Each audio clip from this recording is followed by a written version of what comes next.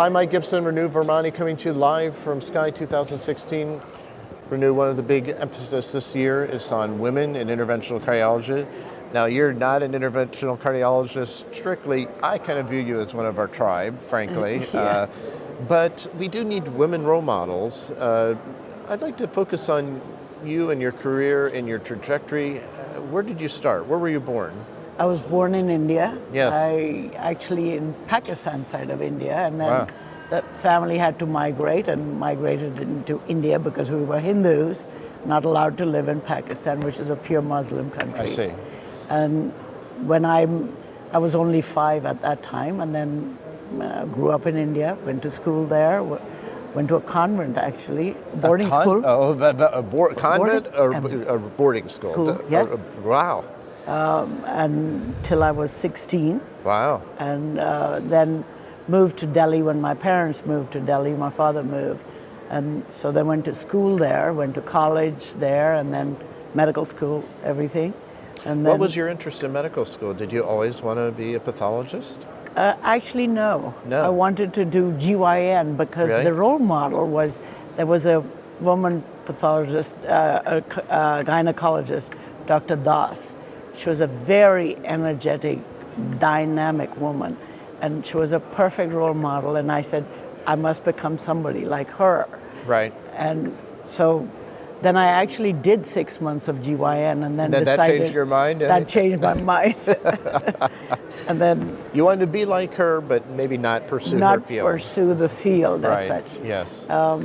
But then I decided I wanted to have children, and so I Yes. went into pathology with one of that reasons. But I must say, I don't think I have worked just as hard, I think, if I had been in any other clinical field. Absolutely. But it's been, and then I came to the United States. I actually met my So how husband. did you get here? How did you get to the United States? What was the story behind that? I met my husband in India, who's an American, and Really? worked for Moynihan, Senator Moynihan. At that time, he was ambassador Wow. to India. And we met at a party, and then Was it love at first sight? Was it Not was this quite. a love marriage? It must have been a love marriage Yeah, since it he was Yes. American. Yes. And after about 8 months of dating, we decided we were going to get married. And then I moved to the United States with him when he returned back to the United States. And where did you begin in the United States? Where did you land? It was in Washington, D.C.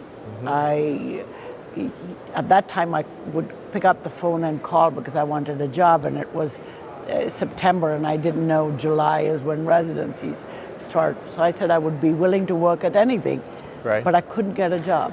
Wow. Nobody wanted. No one wanted even free because I labor. had in order to free do- labor also was Wow. not possible. Wow. And then I met through my in-laws who were in Dayton, Ohio. He was the president of the ACC at that time. Oh, really? And I see. I said to him, I would like to, I would like to do pathology, and I don't know anybody. And he said, well, I know one person. That was Bill Roberts. Wow. Yes. And so he Good introduced person me to meet. him. Yes. And I then went and met him, and he said, he was very kind, and he said, you can come and work for me anytime, but I can't pay you. And I said, that was fine.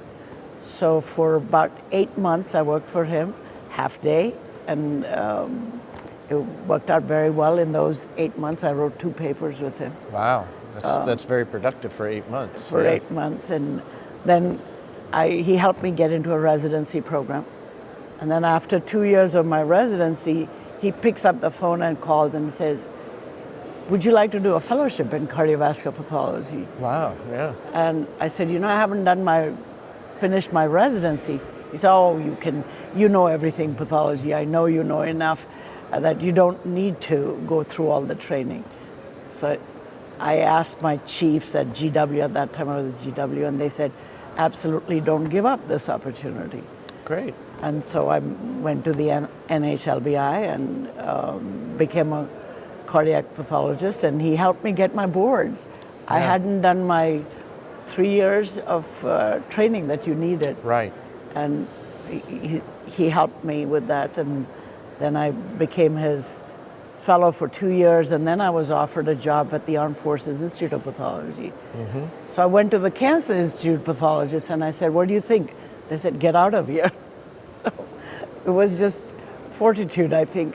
And so I went to the Armed Forces Institute of Pathology, and then my husband then decided to go to, he's in education public policy, so he went to Peabody at Vanderbilt. And so they said, but he said, I have a wife, she is a cardiac pathologist. And he said, well, we can pass it by the pathology department. And my boss came to me 2 days later and he said, you have a job in Vanderbilt. I said, what are you talking about?